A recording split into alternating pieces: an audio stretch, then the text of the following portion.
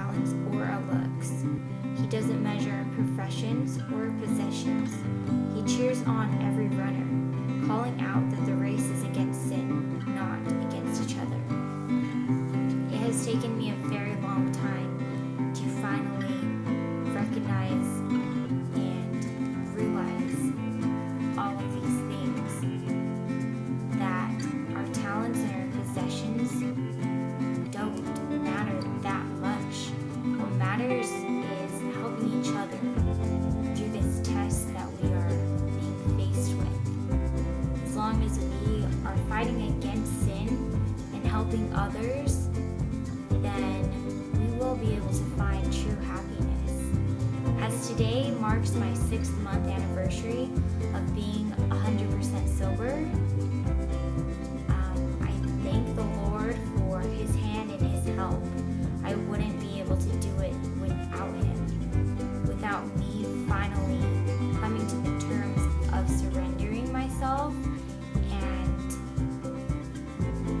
letting Him help me, becoming willing for everyone around me to become a part of my life. I had to take down walls that I was uncomfortable taking down. But once I did that, more people have been able to come into my life. And in turn, I have been able to help them. More people have been able to open up to me and to share their story and their experiences that are similar to mine. And that's why I do what I do every day. That's why I share my story, because it's making an impact that I never guessed would happen, because I did have poor self-image. I still do. I still struggle with it, and with anxiety and self-insecurities. I mean, who doesn't? We're human.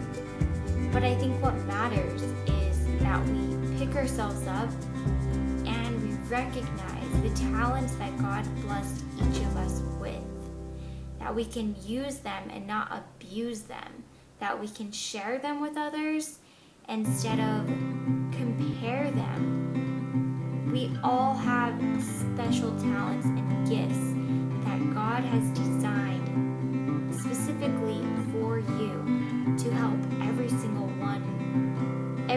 person around you.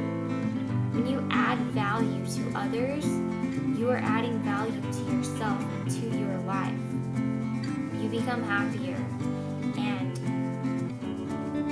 the integrity that you begin to develop becomes stronger. People have more respect for you, and the hard times become easier. The trials become smaller, or if they do become bigger, you realize that you are supposed to be faced with that hard time. Because if you didn't have a struggle, you wouldn't learn from it. You wouldn't learn how to humble yourself and recognize how you can become better.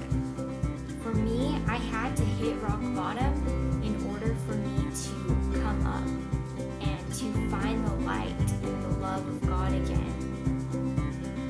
I know for a fact that I had to go through everything that I've gone through in order to be where I am now.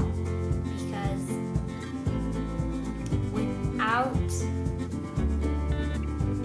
those struggles and without my experiences, I wouldn't have the story I have today that I can share with you.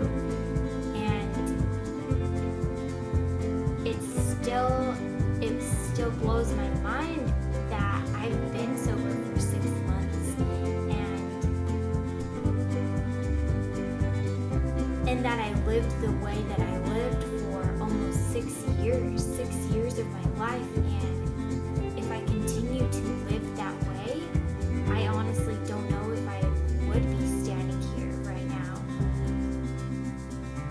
I connected with an old friend the other day, and he told me if he continued to live his life as well, he would probably be in prison or dead. And I related the same exact thing, and I said, I totally agree with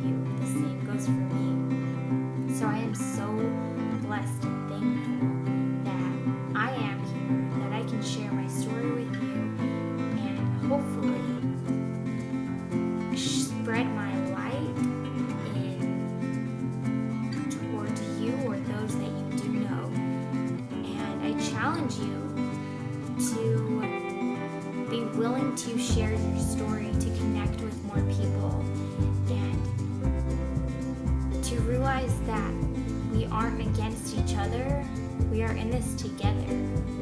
That life becomes easier when you have more support and more friends and more people willing to help, because we are all just human.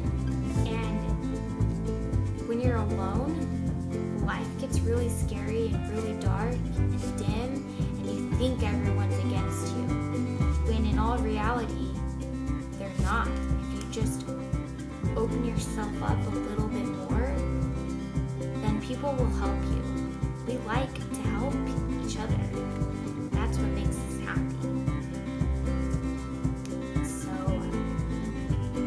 I want to end with just thanking each of you for supporting me, and for those of you who read my recent blog post, thank you so much. I had no idea that many people would even see it or like it, so I really appreciate all of your support. It means the world to me. So, peace and love, everyone.